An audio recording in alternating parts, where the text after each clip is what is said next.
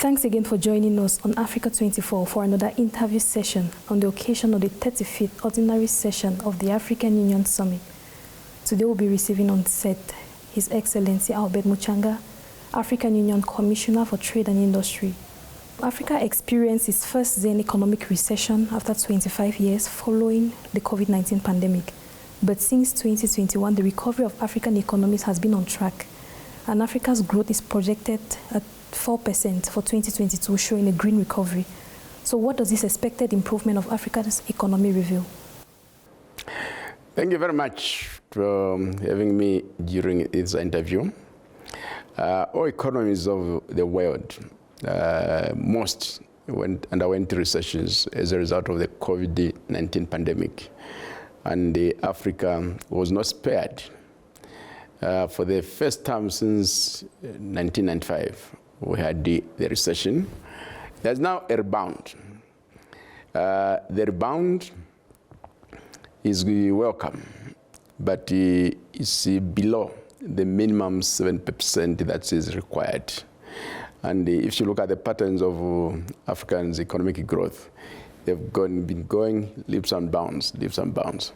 What we want is a sustained rate of economic growth at a minimum of 7%. And if we achieve that, then it will be better armed to undertake very aggressive poverty reduction programs. But the most important point is that it's not a continued recession. We have been able to rebound, and we are aiming to sustain that. All right, so in the context of financing Africa's economic growth, instead of an influx of international aid, can we think cooperation between African countries can boost this economic recovery? We are aware that there are limitations to complete independence on external financing. For a long time, Africa will need the levels of external financing from public sources as well as from foreign direct investments. But time has also come to see if we can enhance efforts at the domestic resource mobilization. So work is underway to improve tax administrations across Africa, and the work is also underway to exchange information for tax purposes so that we are able to foresee elements of illicit financial flows. So with that, then we should be able to broaden and deepen the domestic resource base.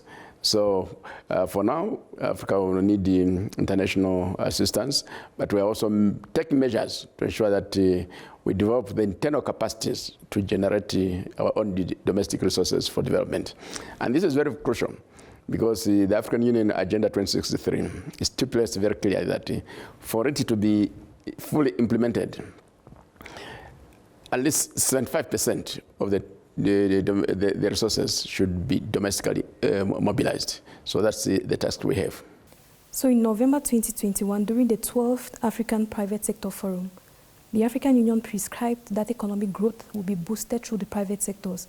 Is this resolution respected, and how do you assess the medium and long-term impacts of this resolution? Well, one thing which we have already done, which is very, very good, we have been able to work with the private sector and encourage them to come up with a continental body.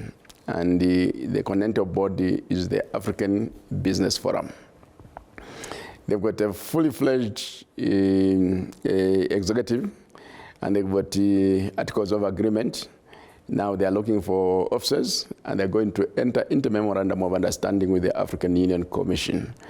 And this is because for us to develop Africa, we need to really leverage the skills of the private sector.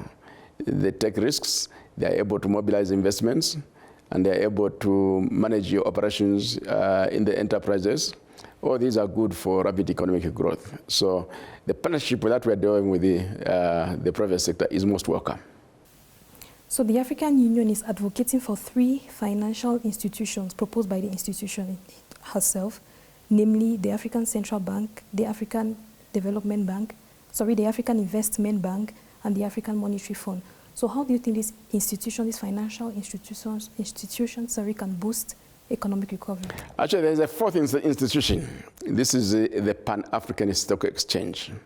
And we have a champion for that, His Excellency, the President of the Republic of Ghana, Nana Akufo-Addo, who is working very, very effectively in championing the cause for us to establish the institutions as soon as possible.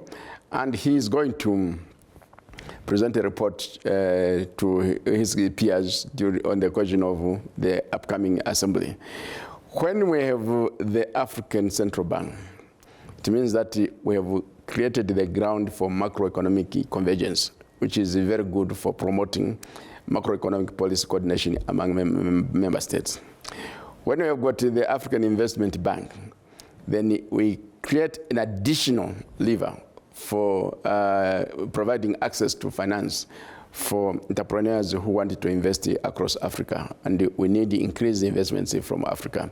And the way we wanted to structure it is that it should not be totally owned by African governments. We are going to encourage the diaspora, the African diaspora. We are going to encourage mutual funds, African mutual funds. We are going to encourage African pension funds, and we are going to encourage African sovereign wealth funds to invest in that African Investment Bank so that it has adequate finance. The African Monetary Fund is very, very important to assist countries have access for immediate stabilization measures when there's an external shock which is not expected. So all these, then the stock exchange, of course, is going to promote the listing of companies across the stock exchange, and that is going to increase the investments across. All these are going to really create a huge base for Africa to mobilize our own resources for development. Right, so African countries have turned to regional security markets to finance their urgent needs on the macroeconomic plans, but also on the social and environmental plans in particular. So can we nurture the dream of launching inclusive bonds on the African scale? Well, the issue of bonds may come at a later stage, but the regional stock exchange, which we are talking about, they are elements of the Pan-African stock exchanges. So those, when we bring them together, the various regional exchanges, they are going to become the Pan-African stock exchange, and it's going to be virtual. It's not going to be physically based anywhere in Africa. It's going to be virtual to facilitate speedy transactions. All right, to close this interview session, Africa 24, our media, is so concerned about African economic recovery. So how do you think we can accompany the program of the African Union aimed at boosting economic policies on the African continent? Well,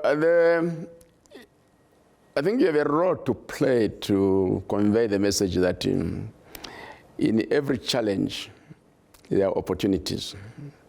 The brief interview we indicated to show that we as Africa, the African Union, are rising to meet some of these challenges. Some of the issues which that they did not bring in the fact that we are also going to have an in-depth study.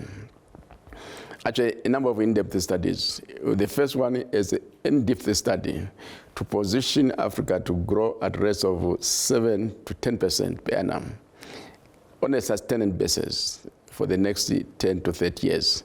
We are doing that in partnership with the African Development Bank and AUDA and NEPAD.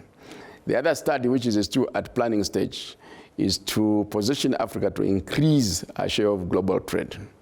And the other study, which is underway, is a mapping exercise on regional and continental value chains. If we integrate these, we are going to promote a productive transformation across Africa. And this is the message that we require to convey. Africa has challenges. Africa has opportunities. And Africa is taking measures to exploit those opportunities. Thank you.